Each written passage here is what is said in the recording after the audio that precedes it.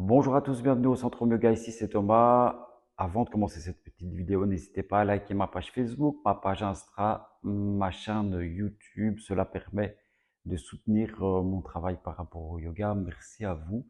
Donc aujourd'hui, on va travailler sur Mukta Asta Shirshasana. Donc c'est les trois premières postures sur la tête de la deuxième série. On va faire en l'occurrence la B. Alors pourquoi la B? Parce que c'est une posture que je fais régulièrement. Je fais en tout cas régulièrement la posture de Shirshasana et Mukta Asta Shirshasana. C'est des postures que j'aime particulièrement faire. Je les fais très régulièrement. Je monte quasiment tous les jours sur la tête. Donc si vous êtes débutant, ne faites pas ce genre de posture. Donc tout ça, ça se prépare. Vous avez, avant de monter sur la tête, des étapes. Vous avez la posture du rocher pour solidifier, fortifier et renforcer la nuque.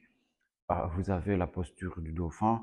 Et puis après, ensuite, vous avez des étapes avec le mur, sans le mur, pour arriver à la posture de Shirshasana. Ici, on va travailler sur Mukta Asta Shirshasana. Pourquoi? Parce que j'ai une élève qui m'a dit, mais tiens Thomas, est-ce qu'il n'y a pas plus de pression dans ta nuque en travaillant de cette façon? Non. Pourquoi? Parce que j'allonge mes cervicales. Donc si effectivement je tasse ou je positionne mal ma tête, effectivement ça peut être dangereux. Donc l'alignement en Mukta Asta Shirshasana est très important euh, pour justement garder cet allongement du rachis cervical et du rachis vertébral. Donc on essaie toujours de se grandir, de se grandir, de se grandir vers le point le plus haut. Donc je vous invite à dérouler votre tapis. Placez votre tapis dans un endroit sain et agréable. Et donc, on va commencer en position euh, assise, Vajrasana, sur du diamant.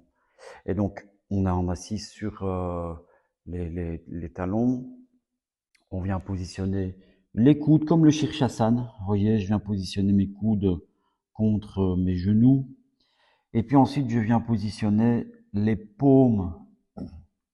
Les paumes de main sont vers le ciel, donc le dos des mains est contre le sol, donc sur le tapis.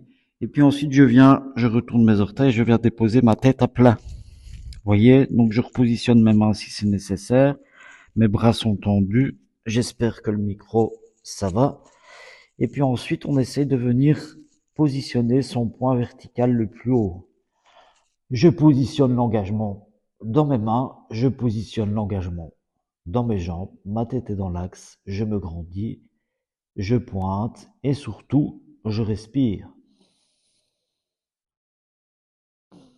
Il y a une légère, voyez, pour maintenir l'équilibre, il y a une légère tension dans les bras, c'est tout à fait normal. Et donc on essaie de positionner le Mula Bandha. Ensuite, pour redescendre, je maintiens le Mula Bandha et je respire. Donc ici, vous voyez, je suis dans mon axe horizontal et j'essaie de garder mon point vertical. Le bassin peut partir légèrement vers l'arrière. Je suis toujours en appui sur ma tête et j'essaie toujours d'allonger. Pour revenir, je descends. On peut placer un léger Adho Mukha Svanasana et puis je relâche, en variante bien évidemment. Je relâche les genoux au sol, je garde la tête vers le bas, les gros orteils se touchent et je prends un instant Balasana. J'espère que on a bien entendu avec le micro. Et donc je viens déposer ma tête au sol. Donc toujours bien respirer dans cette attitude. Voilà, je replace le micro. Donc ici j'étais plus en explication, mais j'ai pas réellement inspiré, expiré profondément. Donc quand je suis dans ma pratique personnelle, je reste plus ou moins entre 2 et 5 minutes dans cette attitude, dans mon point vertical. Et je respire forcément profondément. Les inspirations, les expirations vont vous aider à maintenir plus facilement la posture. Donc vous restez dans Balasana 1 à 2 minutes, puis très gentiment, vous placez les mains à côté des genoux, à côté de la poitrine, et vous redressez en enroulant, plutôt en déroulant le dos. Voilà.